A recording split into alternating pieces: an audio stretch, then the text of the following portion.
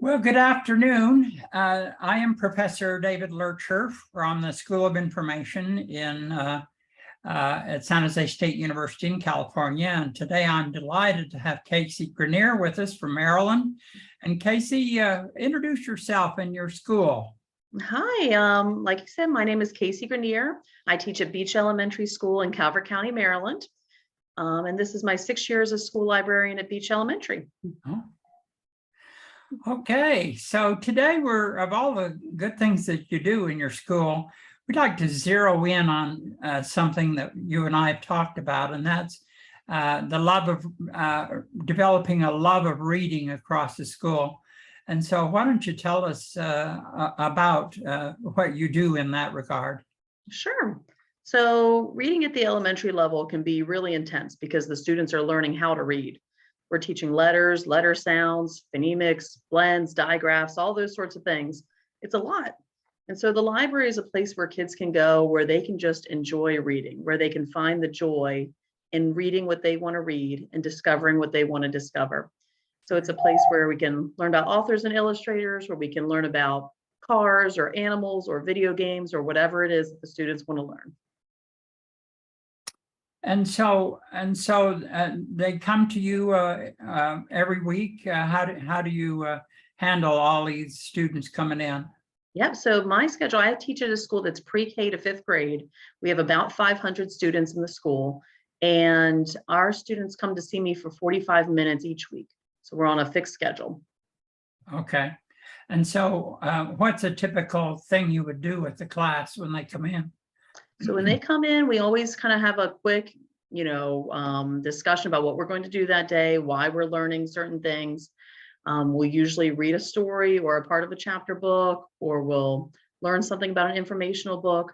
And then we'll try to apply whatever the lesson of that book was to what we're learning that day, whether it's finding out more using our informational databases, or if it was a story about horses, we'll talk about, where you could find the books about real life horses.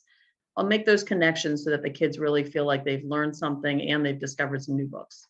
And so then they can check out as many as they want. Of course, yeah, we have a few limits. We've tried in different years letting kids check out different amounts. And so we try to meet in the middle with a reasonable number that hopefully doesn't get lost. All right. So how do you promote wide reading across the entire school, in addition to what you're doing in the library space? Yeah, so I work with our classroom teachers a lot, and they're able to come into the library. We have the fixed schedule of classes, but we also have some open blocks of time where if a teacher is working on something like a research project with their class, they can come in and we'll co-teach a lesson together on the best ways to find books for their project, or to use the databases to assess information, all that sort of thing. There's been times where the little kids teachers will bring them in and we talk about how to choose a good fit book, to make sure a book's not too easy or too hard, and make sure it's interesting to you, all those sorts of things. So we work a lot with the teachers and all the different grade levels and all the different subjects to make sure that the library is working for them. And on top of that, I'm in charge of all the curriculum materials too. So I'm also organizing the books that the teachers use in their lessons. And there's plenty of times, even when I'm teaching 6 classes a day, I'll get a quick email saying, hey, I need a book that's really good at showing sequencing. Can you find me one? And I'm really good at, looking for a collection and finding a great book to help the teachers take their lessons to the next level. Oh, that's great. So how do you develop a collection that's culturally responsible and serves, your community? Yeah, so when I first started in the library, it was 6 years ago, and our collection really had a lot of room for improvement. There hadn't been very much weeding going on, and so it was a lot of older books. According to Destiny, everything was pretty much aged. And so I just really wasn't sure where to start and how to make sure my collection was what it should be. And so I came up with a diversity audit, which was pretty much just a spreadsheet that as I was reading through our books, I could keep track of what I was finding. And so I was noting, cultures that I was finding, any disabilities, family structures, socioeconomic level, all sorts of things, and just trying to keep track of what I was looking at. And as I was going through my books, I found that, first of all, the diversity audit will really never end. It's a never ending project. But as I was going, I was finding that my books were overwhelmingly white, male, Protestant, middle class, socioeconomic level. And I even found that I had more books that had solely animal characters than I had books with Black characters, Native Nation characters, or Latino characters put together. Right. And so I said, well, this is definitely showing me where I have a lot of needs for improvement. And so I've worked to find books of all sorts of different backgrounds, books that show, kids just living their lives of all different backgrounds, kids with disabilities, kids from non-traditional families, all sorts of different families and people. And just making sure that everybody can find themselves represented in our library. I feel really strongly that kids deserve to have mirrors and windows in the library. So a mirror book would be one where you're seeing yourself or your own family or your own experiences, because I feel like having those mirrors help kids understand that they belong and that there's other people out there just like them. But they also deserve to have windows where they're seeing people that aren't just like them. They come from different backgrounds, different traditions, different socioeconomic levels, different family structures, just so that they can see the whole wide world of people out there. Yay. And so how do you finance this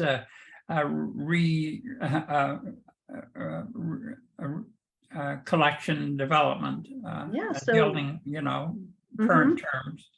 I have to say, I'm very lucky. My building, or my principal of our building and our county, they fund our library pretty well. Our principal has some discretionary, spending funds that go to our library. And I really appreciate their support, because it takes a lot of money to buy new library books. They're not cheap. And especially when you're talking about really updating a collection.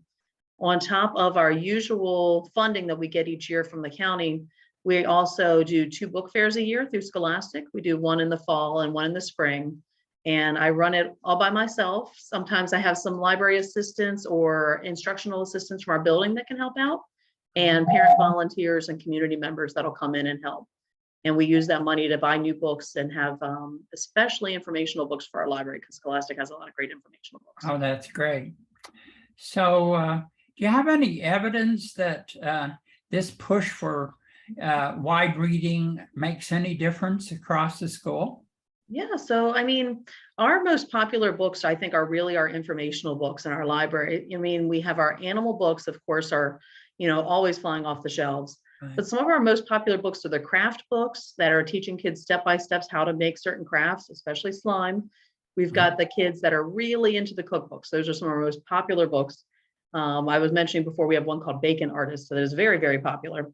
But we also have just books on all different subjects. And what I watch for in our data is seeing what our checkout numbers are and seeing what's getting checked out and what's not, what might need a little more of a push, what I can get out there to the classroom teachers to make sure that they're encouraging their classes to take advantage of. So I have, data that shows the checkout numbers. I have records indicating when the classes come in with their teachers and when the teachers have emailed for help. But really the data that I love is more personal. When I'm getting emails from parents thanking me for having a book that represents their child, or asking for suggestions for books because their kid really loved the book that I suggested in library and they want to get them really hooked on that genre. Or, the kid smiles when they come in and they see a book that they wanted on the shelf. That's what I'm looking for, because I really want kids and families to feel that joy and acceptance and welcoming when they come to our library. That's wonderful. So if a school really wanted to build in the love of reading across all the curriculum, what steps would they need to take to really get that kind of program working? Right. I think a lot of times when people think of libraries, they think it's all about the books, but really it's all about the students getting the books that they want.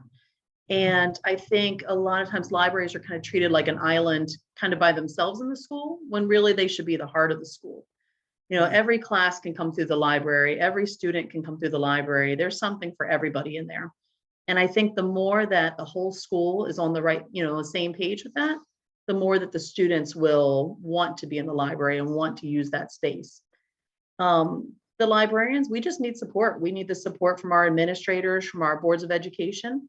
We need the funding and we need the time to make sure that we're able to really do our job to help our students and to help the teachers be the best that they can be. Well, that's a really wise advice for administrators. So as you think of, what's the bottom line to all of this as we think of major advances in literacy in schools? Mhm. So I was a classroom teacher before I became a librarian. I taught first grade, second grade, third grade, and fifth grade before moving into the library. So I know we spend a lot of time, we spend hours, days, months, and years really teaching our students how to become fluent readers. But the library is there to teach them why they should become fluent readers.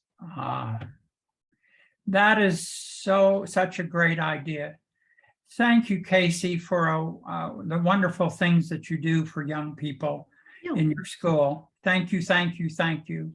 Thank you. I appreciate talking to you. Bye-bye. Bye.